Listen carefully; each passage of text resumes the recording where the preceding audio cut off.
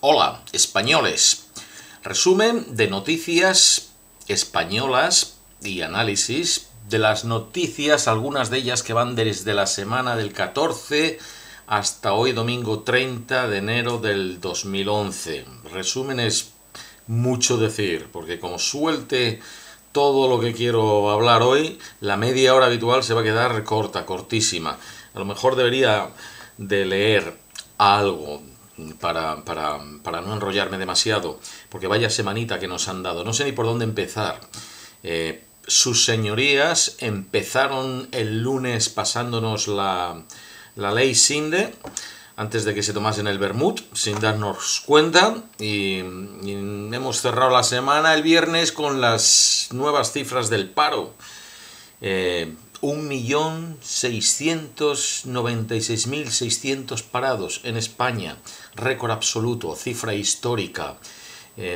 No cifra histórica del porcentaje de población activa de parados, porque eso representa algo más de un 20%, y en el 94 ya tuvimos un 25% de paro, pero aún así, estas cifras ya no sé dónde vamos a llegar. Esto es más de 1.320.000 familias, hogares españoles en los que ningún miembro gana dinero. Un 41% de la población juvenil en paro, de jóvenes de menos de 25 años. Las cifras son escalofriantes, así que hay que volver al pueblo, a cavar el huerto, a criar ganado, a producir energía limpia y a producir, a hacer quesos, a repoblar montes, a crear fauna y biodiversidad y producir turismo rural, a producir, porque no podemos esperar que los chinos produzcan todo por nosotros y nosotros dedicarnos a vendernos cosas cada vez más caras los unos a los otros y proveernos por servicios indispensables. O a lo mejor es el momento para dar marcha atrás y poder abastecernos un poco mejor, ser más autosuficientes, recortar gastos, no consumir tanto, porque esto del escape hacia adelante está visto que no funciona. Escapar hacia adelante. No sé, españoles, queridos colegas, cómo tengo el morro de ponerme aquí cada fin de semana, cada domingo, y largaros el rollo que os largo pretendiendo saber sobre lo que no sé. Porque, por ejemplo, leo en las crónicas de Sociedad esta semana que el Javier Bardem y Penélope Cruz van a tener su primer hijo. Vale, pues asumo que son pareja, porque no había oído nada de ello. Algunos de vosotros sabéis que hasta hace 3 meses yo no sabía quién era Belén Esteban. Así que me pongo aquí. Oigo campanas muchas veces y no sé de por dónde vienen. Por ejemplo, pasando a temas más serios, leo que se van a privatizar las cajas. Las cajas. Mis queridas cajas rurales. Leo que representan la mitad del sistema financiero español. No me he enterado. ¿Qué ha pasado para que se vayan a privatizar? Dárselas a los bancos. Estamos locos. Me parece que lo que ha pasado por ahí es que alguien en el camino quiso hacerlas más dinámicas, más ágiles y, no sé, las abrió a la especulación, imagino, y han caído víctimas del pecado de nuestro siglo, el de la avaricia financiera. O sea, se han dedicado a especular con el suelo, a endeudarse y ahora que van a salir a subasta y a venderlas a los bancos, a regalárselas a los bancos por 4 perras. ¿Quién va a cuidar de los viejos en los pueblos? Las obras sociales de las cajas rurales, la cultura, eran los únicos que llevaban allí museo, una orilla de teatro a los pueblos. Que cuidaban de familias, de la gente además que estaba menos informada a nivel financiero. La gente que sabía menos, pues iba a las pequeñas empresas, iban a las cajas rurales. Y ahora van para los bancos. Es que ni me he enterado. Ha sido la primera noticia que tengo esta semana, pero de verdad es que vengo sin ganas, porque entre todo lo que ha pasado y Y lo que leo es todo como un poco deprimente. Lamento mi cara. Pero bueno, mira, por ejemplo, hablando de las cajas y del sistema financiero y de los bancos, ha habido una noticia positiva, o sea que vamos a fijarnos en ella. El Tribunal de Navarra ha avalado por primera vez en España el que alguien pagase una hipoteca con la casa, devolviendo la casa, que ya es suficiente triste tener que devolver la casa, con todo el esfuerzo que uno mete en pagar las hipotecas. Pero es que como está en España, el sistema hipotecario es de vergüenza. Ya, una palabra que se repite. Es uno de los sistemas más duros del planeta. El sistema hipotecario, de hipotecar la casa.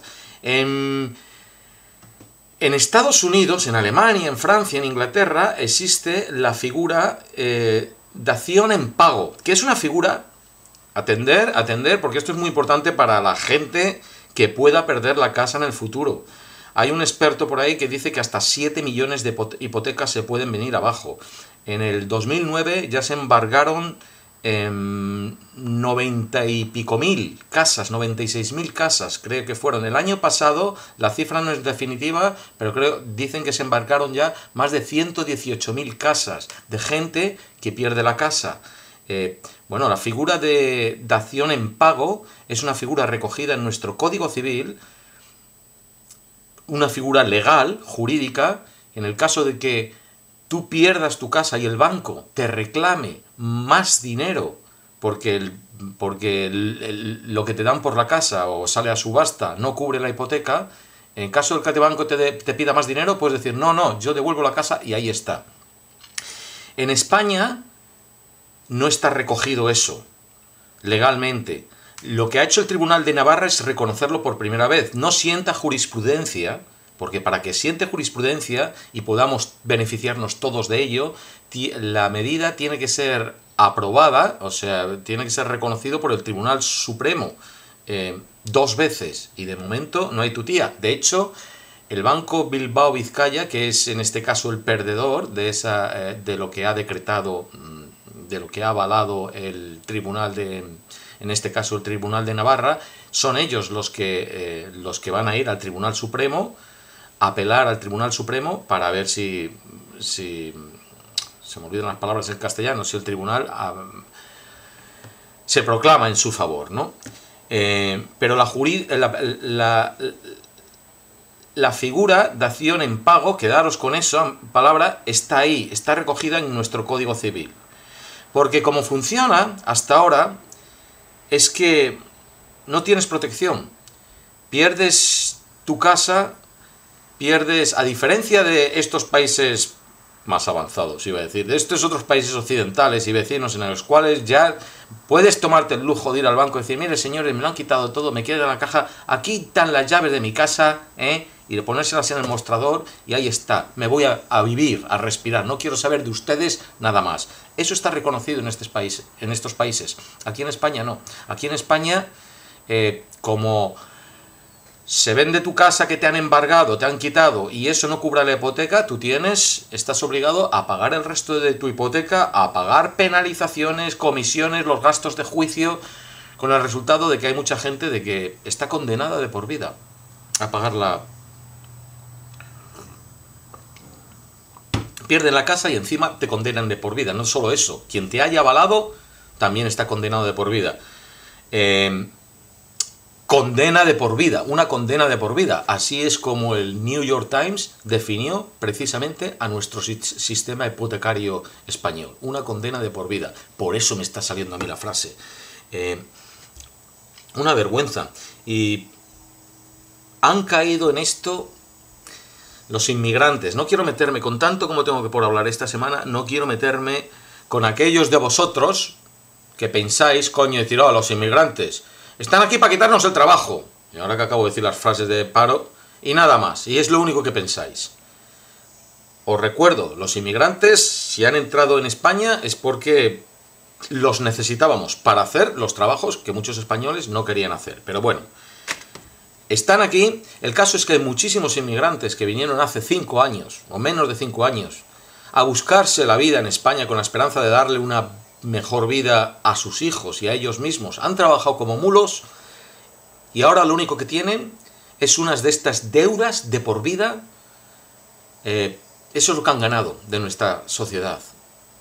Y encima el escarnio de algunos de nosotros diciéndoles, oh, pues mira, no haber venido, vuélvete a tu país. Y te dirán, si pudiese comprarme los billetes para regresar a Ecuador, a Colombia, donde fuese, me los compraría. Pero ahora mismo su banco y su sistema hipotecario y financiero me tiene hasta aquí. Porque les estuvimos ofreciendo, los intermediarios, los bancos, yo no les he ofrecido, yo no les he engañado. Por ejemplo, la hipoteca bienvenida, que te daban hasta un 120% cubría del crédito que pedías. 120% del precio de la vivienda, con lo cual un emigrante, un extranjero que hubiese trabajado simplemente 3 años en España podía solicitar esta hipoteca sin pagar un euro para entrar en el piso. Y ya ahí estaba. Encima 120%. El otro 20% era para pagar comisiones y gastos de comisiones y los gastos generados en todo para enriquecer a los intermediarios, que a los hay que han ganado millones vendiendo estas hipotecas, que para pasarlas juntaban a inmigrantes que ni se conocían, mira, tú avalas a este, tú avalas y tal, y hacían unos chanchullos de copropietarios, entonces todos repartían un piso para todos, y ahí ahora cae un piso y caen todos en cadena. Una vergüenza, unas chapuzas y gente cogida, realmente aquí dado pillada, da asco, vamos, a mí me pillan en una hipoteca de esas. En el caso del Tribunal de Navarra, el juez ha declarado que aunque el piso, la finca que ha devuelto con la que ha perdido quien solicitó la hipoteca, vale menos, ha salido en subasta y se ha vendido por menos que el precio de la hipoteca, como esa finca estaba evaluada por el mismo banco que concedió el préstamo y el banco para conceder el préstamo la había evaluado mucho más en el momento de conceder el préstamo, dice, bueno, pues fue su propia evaluación. Ahora se tragan la finca y punto. ¿No costaba tanto? Pues ya está, de vuelta y punto. Eso es lo que ha dicho el juez ahora. Pero ya digo, es una noticia positiva. Es una gota de agua en un océano de calamidades. O sea, por lo menos paso de hablar más de bancos hoy. Porque la política, bueno... Vamos a ver, ¿por dónde empiezo yo esto? Mira que yo llevo dicho aquí a veces, como si alguien me fuese a oír. Señorías, señores diputados, dejen de tirarse los trastos a la cabeza, dejen de hacer que el Parlamento parezca una corrala de vecinos y pónganse a trabajar y a gobernar y vayan de la mano y hagan cosas positivas, que están ahí ustedes para hacer leyes.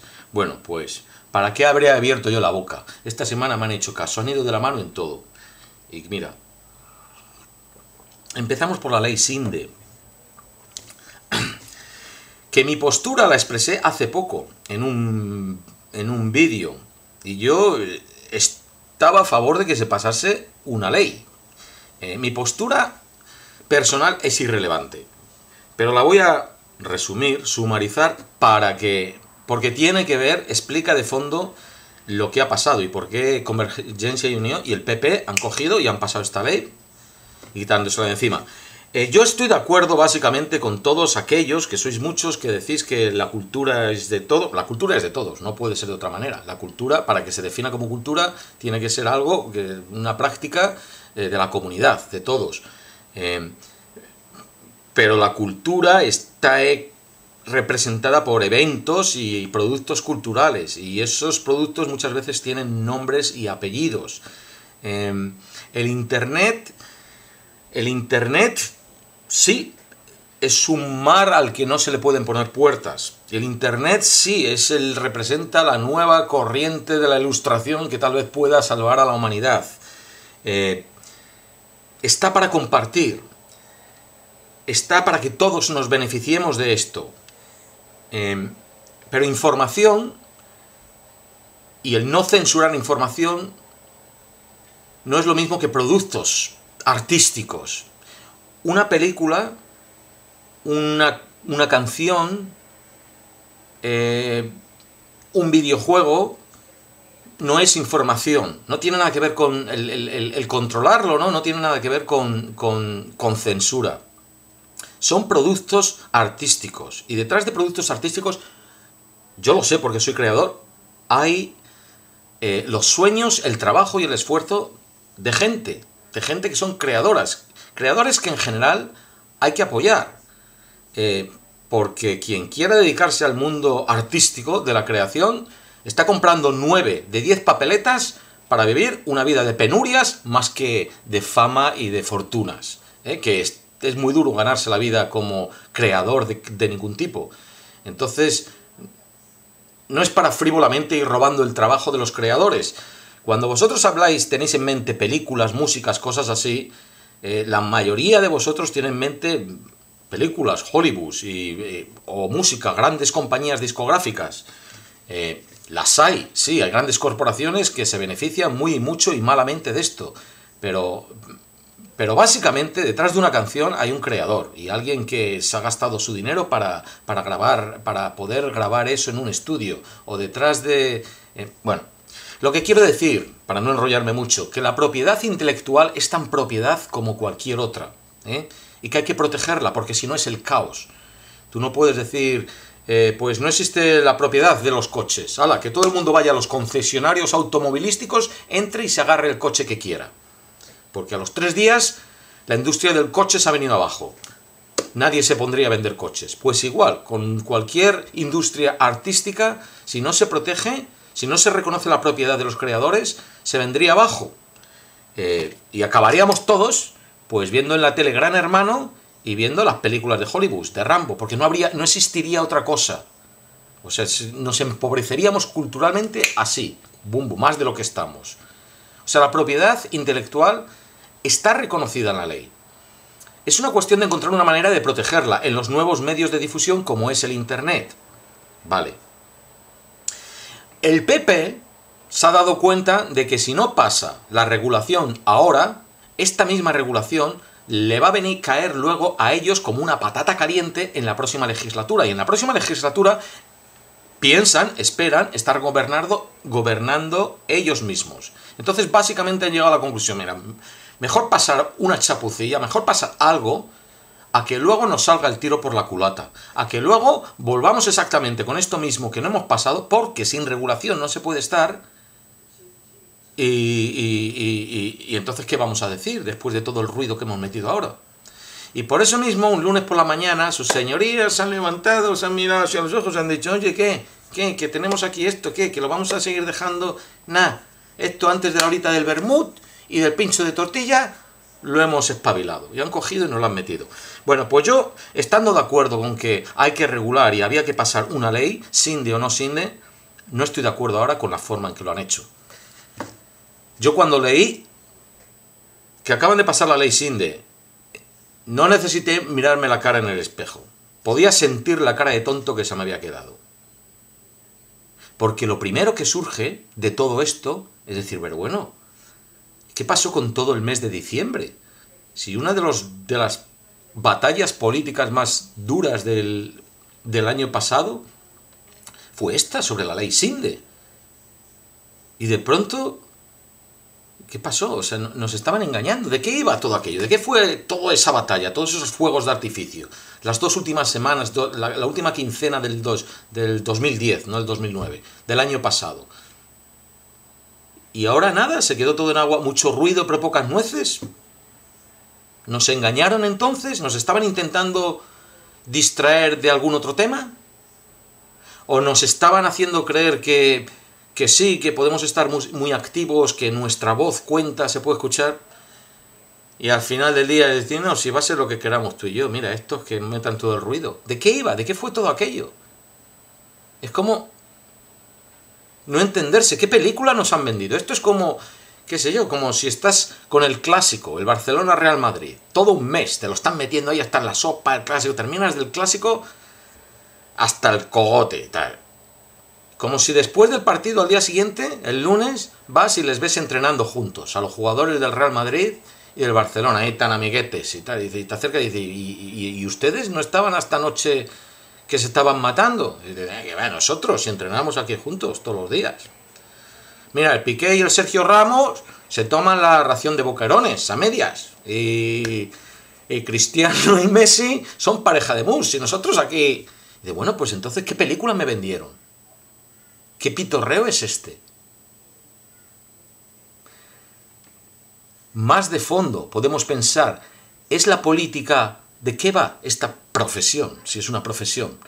¿Es sobre gobernar un país? ¿O es sobre golpes de efectos? ¿Es sobre percepciones? ¿Es sobre apariencias? Hacer creer que... Mal rollo. Vendidos. Nos han... Pues ahí se ha quedado Alex de la Iglesia, el director de cine, el presidente de la Academia de Cine. Por eso, que había tenido tanto rollo una reunión con los internautas, pues por eso ha dimitido, ¿no? Que es otra noticia de la semana. Ha dimitido... Ha dimitido, pues, por lo que no debería de haber dimitido, ¿eh? Yo estoy con Isiar Boyain, que es la vicepresidente de la Academia, diciendo que se está representando a sí mismo y no está representando los intereses del cine por haber dimitido. Es una postura personal. Pero yo le entiendo a él en el sentido de decir, pero señores, si es que si hemos rechazado la ley, y la ley ha quedado rechazada después de tanta guerra, hay que ser consecuentes y hay que, pues, a construir otra ley. Lo que no se puede hacer es eso, o sea, después de toda la bulla, y aquí el PP y Convergencia y Unió pues han bajado los pantalones, porque si metieron toda tanta bulla, fíjate el rollo, es que hasta negociando, ¿os acordáis? En el último momento que fue rechazada, hasta concesiones fiscales para Cataluña con Convergencia y Unió, a ver si se pasaba la ley, o sea, al final no se pasó, al final se rechazó. Bueno, pues entonces no vale, hemos quedado en que no vale y punto. Y nuestro trabajo es hacer leyes, así que si ahora queremos pasar una ley, vuelta a la mesa de trabajo y a salir con otra ley, porque lo que han cambiado ha sido absolutamente nada. Han cambiado 3 detalles que son mínimos, es que no sé ni siquiera hablar sobre ellos. No han cambiado pues el plazo entre 15 y 17 días cuando las webs que estén proveyendo con contenidos que no respetan los derechos de autor van a ser cerradas, entre 15 y 17 días. Luego también han remodelado un poco más, apuntalado un poco más la figura jurídica. El juez va a estar encima cada vez que el organismo de la propiedad intelectual quiera abrir un caso, abrir un expediente, tiene que acudir al juez y el juez decidirá sobre ello, que era lo que el PSOE ya venía diciendo, más o menos. Pero bueno, ha quedado reconocido ahí en un papel y que el juez va a estar encima para velar que los derechos recogidos en la Constitución de cada individuo por sobre privacidad, o honor, familia y tal, que no van a ser violados.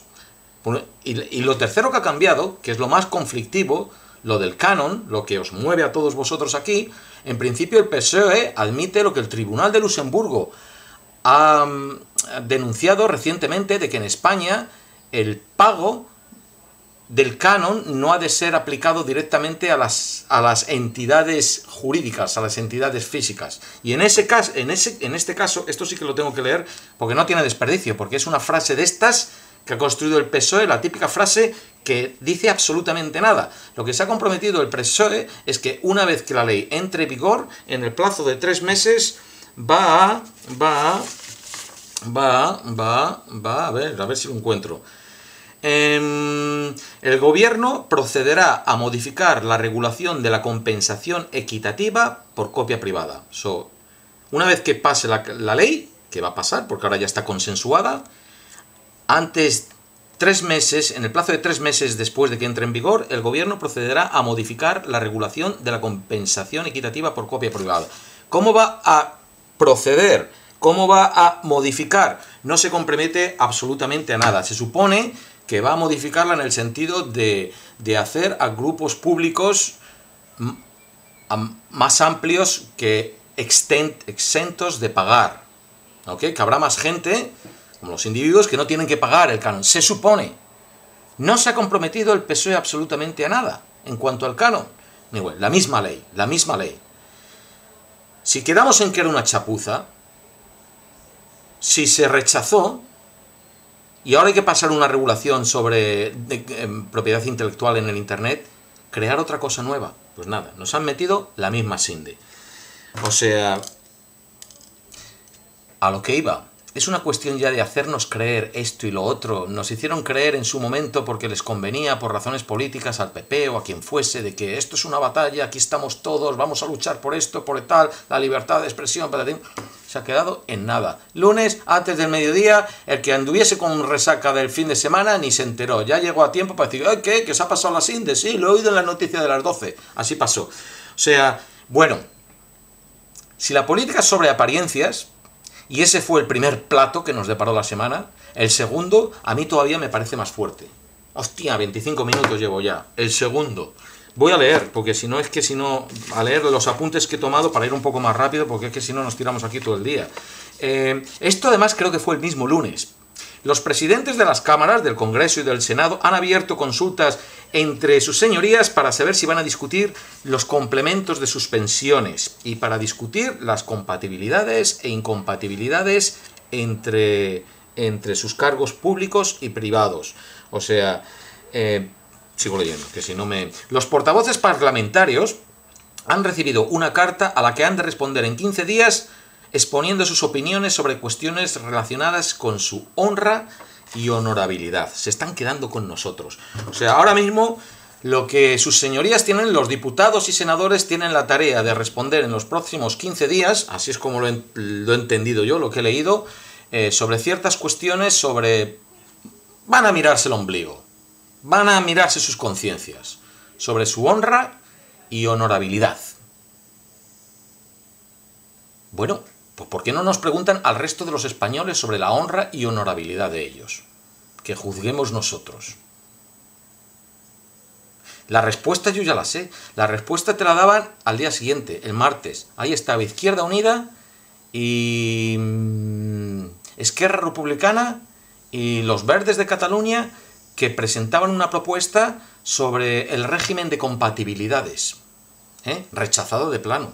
Si es que el PSOE y el PP han ido de la mano toda la semana. Rechazada la propuesta de plano. Esta es la tercera vez en esta legislatura que Izquierda Unida presenta una propuesta pues para discutir los privilegios de sus señorías. Ni caso. Y ahora se van a poner a redactar en cartitas sus reflexiones sobre la honra y la honorabilidad. Pues mira, si ya está a la vista. En otra cosa, nunca se han parecido tanto el PSOE y el PP como en las posiciones que tienen ahora sus expresidentes.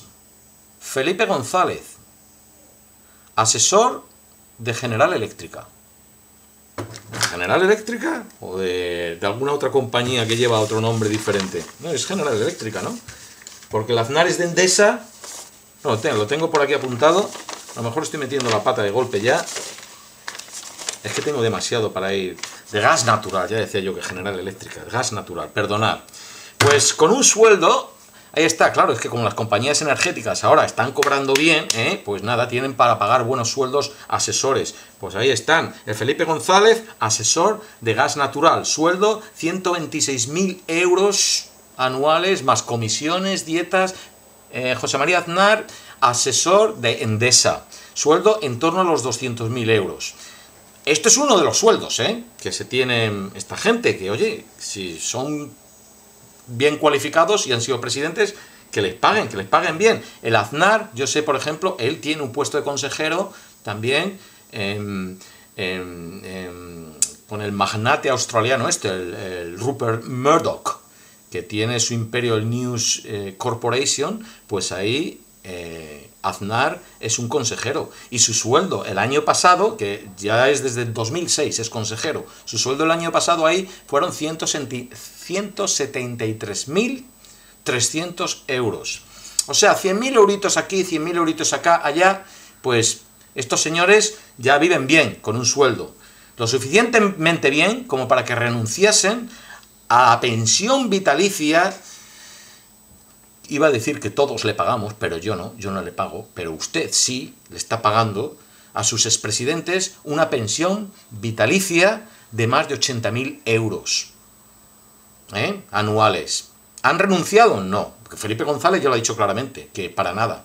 Bueno, pues en esta propuesta de Izquierda Unida y de Esquerra Republicana y los Verdes catalanes, ahí se podía discutir esto y recortarlo, pero no, rechazada de plana, porque claro, estos son los jefes, ¿sabes? Y ya se sabe, en una empresa si se le permite a los jefes tal, es como que luego nos va a legitimizar el resto, el que nos podamos pagar o tener estos privilegios. Oye, porque mira, si el expresidente de tu partido, el tal, que tiene esto, pues yo también me puedo permitir esto y me puedo permitir lo otro. Hace 2 años, en el Parlamento de los Diputados, ya fueron obligados no a publicar, a decir, a informar de sus sueldos y de sus profesiones. Y entonces de 350, estas son estadísticas de hace 2 años, no sé ahora, pero entonces en el Parlamento de los Diputados, de 350 diputados, 250 declararon pluriempleo, ¿ok? Declararon sueldos provenientes de otro lado. De esos 250, 214 declararon sueldos provenientes del sector privado, con lo cual es, bueno, pues, claro, dices, bueno, pues si ganan, si todos, ¿cómo pueden ser todos pluriempleados? Para empezar, vamos a ver. Entre los españoles que no se encuentran en esos 4 millones, más de 4 millones y medio de parados, entre los españoles que tengan un puesto fijo, ¿cuántos pluriempleados hay? Oye, una semana laboral, ¿cuántas horas tiene? 35, 40. Joder, ¿cuántos? O sea, el trabajo de hacer leyes requiere menos esfuerzo, menos horas que el trabajo de hacer pan o el trabajo de repartir el bollicao con la camioneta. Porque claro, oye, si tienen pluriempleo, aunque la reflexión detrás del caso de nuestros expresidentes nos hace ver, diciendo, bueno, ¿cómo puedes ser consejero de distintas compañías y ganar tanto sueldo? Obviamente en esta vida no se premia el esfuerzo, las horas de trabajo, la constancia, se paga el poder, se paga el poder. Porque claro, estas corporaciones que pueden pagar estos sueldos, a alguien le dice, pues mira, si a mí me basta, como eres quien eres, y has tenido y tienes la influencia que tienes, y has tenido el nombre que tienes, a mí me basta con que aparezcas a tomarte las copas estas 3 veces al año, representando nuestros intereses, y abriendo la boca. Esto es un poco como cuando yo me ganaba la vida con el cine. El trabajo de cada uno, eso contar no cuenta. Que dice, sabía que consistía en tomándose las copas con el director en cuestión en el momento determinado y hablando del tema en cuestión. Pues esto es un poco así. O sea, bueno, vuelvo atrás, que me enrollo. ¿Cómo pueden la gente teniendo el pluriempleo? Es que claro, también decía por ahí un diputado socialista. ¿Cómo era exactamente? Decía, no, la política no puede ser vista como un trabajo, como una profesión, porque eso nos alejaría de la ciudadanía. Y ahí ya me pilló en bragas, me ha pillado en fuera de juego, porque yo me pensé, pero no es un trabajo el ser diputado, porque yo pensaba que era un trabajo, con una descripción de trabajo y con unas horas que hay que meterle ahí, estipuladas, y con unas tareas y deberes que están descritos en algún papel, para que así el resto de los ciudadanos podamos decir, oiga, usted no está cumpliendo por esto. Es que si no hay eso, a mí el que no sea un trabajo estipulado no me acerca al político más, no me hace sentirle más cerca. A mí me hace sentirle más cerca si yo sé cuáles son sus responsabilidades y puedo pedirle cuentas. Pero ahora resulta que no. Ahora resulta que toda nuestros diputados son, oye, gente muy preparada, abogados, profesores de universidad. Pero coño, si eres un profesor de universidad ya tendrás tus 30, 35, 40 horas de trabajo a la universidad. ¿Cuándo tienes tu tiempo para hacer leyes? ¿Cuál es el resultado de eso? Pues mira, tengo que ir cortando, pero resumiendo, el resultado de estas 2 noticias últimas que he dado, políticas, sobre la Sinde y joder, estoy de mala leche.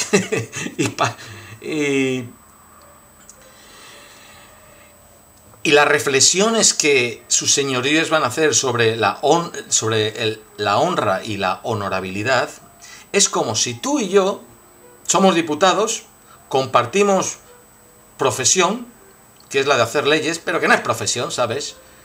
Pero bueno, como tenemos pocas horas, porque tenemos pluriempleo, pues llega el momento de gobernar y de pasar una ley.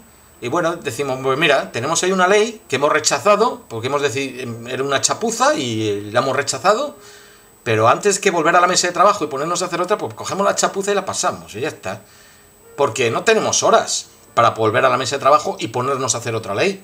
Que va, las pocas horas que tenemos, las tenemos que dedicar, ¿para qué? Pues para discutir nuestros privilegios y para reflexionar sobre la honra y la honorabilidad. Oye, a ver si va a resultar que tenemos pocos privilegios y tenemos que darnos alguno más, ¿eh? Pues nada, con eso resumo todo y por ahí tengo más temas que hablar seguro, pero paso ya, porque ya es demasiado tiempo y creo, como la cosa está en crisis, yo el próximo fin de semana me voy de 300 kilómetros, 3-4 días a la ciudad a filmar una boda y ganarme la vida, entonces me parece que no puedo tener resumen semanal, o sea que os vais despachados esta semana. Gracias por vuestra atención, escribirme lo que queráis y hasta otra. Españoles, ánimo, adelante.